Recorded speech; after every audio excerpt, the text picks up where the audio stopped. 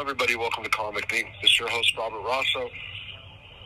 So, let me start by going backwards here.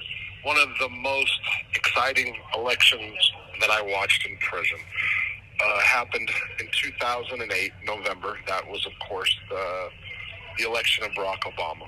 Like so many people around the world, people watched as the nation elected our first African-American president. What made it special to me at the time was I was at Butner FCI 1 with a 90-year-old African-American World War II vet by the name of Mr. Curry. Mr. Curry was in a wheelchair, definitely hated white people. He did, but for whatever reason, and I used to help him out a lot with computers or trying to figure out the computer stuff when they got it. But Mr. Curry was, we got along really well. Anyway, as the election results came in, many of you that watch polls know that usually the red states come in first, and it makes it look like the Republicans are going to win. At the time, that was McCain and Palin. And I would never forget that Mr. Curry was just so disgusted. You know, he never thought that the nation would elect a black president. So he wheeled off to bed, went to his cell, and went and laid down. As the results started coming in, it was more apparent that Barack Obama was going to win. I went into the cell, and I got Mr. Curry, and I got him in his wheelchair, wheeled him out, and I'll never forget when Obama won. It wasn't even about Obama winning to me. I actually wanted McCain Palin, but it was to see this old man, 90 years old, World War II vet, break down and just bawl because he never thought that this country would elect a black president in his lifetime. That was, like I said, that was up on the FCI 1. You can skip to the Trump election in 17 it was, and I was at FCI Terre Haute at the time, and that was pretty exciting. You know, I mean, I wanted Trump to win. We stayed up all night. It was didn't think he was going to win for a while, but he did. And then enter last night. So last night was called Fat Tuesday for people that don't know. That's the primary elections around the country, the states that hadn't voted yet. And, of course, everybody went for Trump, I think, except for one state. Was it D.C., District of D.C., and something else. But anyway, I sat in this jail. I'm in the Washington County Detention Center, and I happened to be with one of the U.S. Congressman's sons. That's Congressman Steve Womack, I should say, from the 3rd congressional seat in the great state of Arkansas, and his son Philip is in here with me. Philip Womack is a guy that is 36 years old, really smart kid, and I met him a few weeks ago when I was transferring to this pod, and let me tell you something. So I want to say we have similarities in our background, but the common denominator, of course, is addiction issues. We've come from decent families, and time again since our childhood, we have either succumbed to our addiction or committed crimes based on addiction issues. And Philip is currently in here right now, facing federal charges involving sales of methamphetamine and a gun charge. You're looking at some time. You know, we're talking probably 10 years, if I remember correctly, about 10 years. But let me say this. People often wonder how addicts or people that are in the addiction find each other. Like anywhere we go in the United States, it's like addicts kind of bond. Is it like the look? Is it, do we have beacons on us or whatever? Well, of course, in the jail settings, I think every person in this pod I can actually say is probably here based on addiction issues, no matter what crime they've committed. Well, like addicts gravitate towards each other, so do certain people in jails and in prisons. Usually people that kind of are positive, and I happen to fall in that category in spite of everything I've been going through in my life or how people watch me kind of deteriorate on my channel. Me and Philip really bonded, very soon on, and that was before I even found out who his dad was. And I say that because I have been passionate about politics. In prison, I was really, really like a news Nazi. I can tell you every issue, Congress, the way they voted. By the way, Steve Womack does vote along party lines. He has never missed a vote in Congress. He is I don't want to say he's more of a common sense conservative as opposed to like Senator Tom Cotton's, who's kind of like cuckoo cotton. Is kind of goes way too far right at times. So he's not like a hardcore right guy. Well, I think he would consider himself. He's a common sense conservative, kind of like the veins of Congressman Steve Scalise, who was tragically shot during a congressional softball game by a disgruntled, mentally ill Democrat back in 2010, I believe it was. Anyway, but Congressman Womack never missed a vote. So when I found out Philip, when he explained who he was, it was, again, just being around, being involved or watching politics, it was pretty cool. Well, last night we watched the election results come in, and his dad was, of course, running. He was the incumbent who had a primary challenger. And when we first started, the first polls showed 31%, and his dad was up, I believe it was 57 to 43. And, he knows politics, but he's 36. Usually people start really paying attention to politics when they get about 40 years old. That's been my experience. Anyway, and to watch him go back and forth to the phone, to sit next to him and go through, talk about politics. And this is a U.S. Congressman. It's a moment I'll never forget.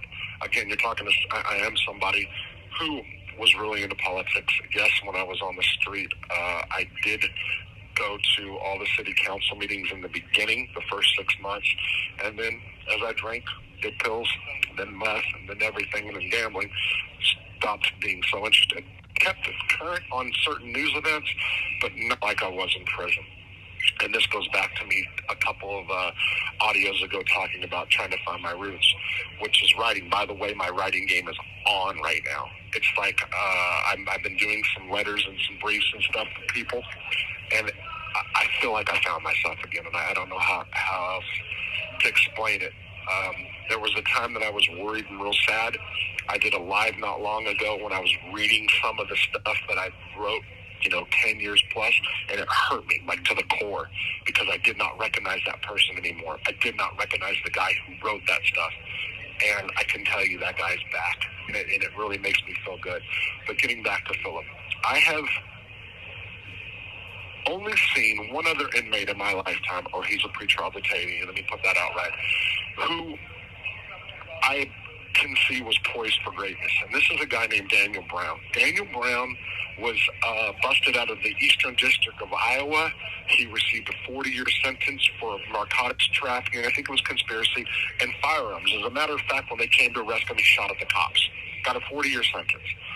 He went to prison, and he decided early on, smart guy, by the way, he decided to make a change at pretrial, went before he got sentenced. And this is the same thing that's going on with Philip right now. But anyway, Daniel Brown ended up serving, I met him at FCI Terre Haute. He ended up serving 14 years out of a 40-year sentence. Normally he'd serve about 33 to 35. And was let out on compassionate release when the law changed. The compassionate release laws used to be only for people that had medical issues. After the First Step Act in 2017, that changed. But as far as I know, he was the first, if not the only person that was released from prison that had nothing to do with medical issues under the Compassionate Release Act or statute, based on rehabilitation and extraordinary compelling reasons, which was his change in rehabilitation. I see in Philip Womack what I saw in Daniel Brown. And by the way, Daniel Brown's out and doing phenomenal. And what I mean by that, just being in this pod for a little while, Philip has taken control. There's no really religious services in here. You have chaplains that come in here, drop off Bibles, they'll talk, they'll pray with you a little bit. Philip took it on his own initiative to start a prayer group. And let me tell you something. I'm not a fan of jailhouse religions, and I said this not long ago. Typically because people who are informants, rats, whatever you want to say, and sex offenders always tend to find God when they come to jail, and it's always been a turnoff to me. This guy, Philip Womack, started a Bible study in here that, bar none, I've never seen nothing like it. It's a half hour a day. I have watched. I have not participated, and I said I was going to. It's crowded. when he speaks, he commands attention, and everybody gives it to him. And he really, really does a good job. In fact, chaplains have come in to watch him do it. And he's that remarkable. Kid's poised for greatness, really. And we talk a lot. He gets advice from me about my failings. I don't want to see people do the same mistake I made. And the mistake I made is succumb to addiction. We can get into the reasons why, whatever, it doesn't matter. I got out. I was given the goose with the golden egg. There was nobody that I know that really was given the opportunities that I had, who had everything, who had the best wife in the world, and squandered it off because of addiction issues and wallowing in my own self-pity. And I tell him, the best advice I've given him, and I can give anybody else, is when you're in prison, make a plan of what you're going to do when you get out. I had plans. I knew what I was going to do when I got out. I just didn't follow through with them. I had the writing gig. I had, with writing is that's what I had originally intended to do. I got spit out, so I didn't really have a chance to say, okay, I'm getting out on such and such date. This is what I'm going to do. But I had planned on going to edit. I wanted to go to city council meetings, which I did. I just fell by the wayside. Anyway, one of the things I told Philip, and I'll tell anybody, is to make sure you have a plan and follow through at the beginning at day one. Yes, you can take a breath. Yes, you can see your family, but don't let getting out, don't give yourself idle time to not follow through what you want to do. And that's what I've really tried to instill in him. And we become really, really close friends. And I look forward to one day us talking to each other and spending time together on the street. Because like I said, this kid's going somewhere. And so am I. And I'm going to say something about that. The other night I was watching a show called The Voice, and many of you don't know what that is. It's like an American Idol. And there was a girl on there. There's a Puerto Rican girl, I think about 20 years old. Beautiful kid, great voice, and she was on The Voice a season or two before, and she was not picked. The difference this time, she said, when they asked her, was that she believed in herself. She started to be confident. And my point of saying this is this: you have to have confidence in yourself before anybody else will believe in you. I used to have a lot of confidence in myself, and it did not matter if I failed. I just bounced off my shoulders and kept forward, and I started second-guessing when I succumbed to my addiction issues and self-pity and all that bullshit that I went through. If I don't believe in myself and reach for the stars, then I'm going to keep my feet on the ground or wallow in my own shit.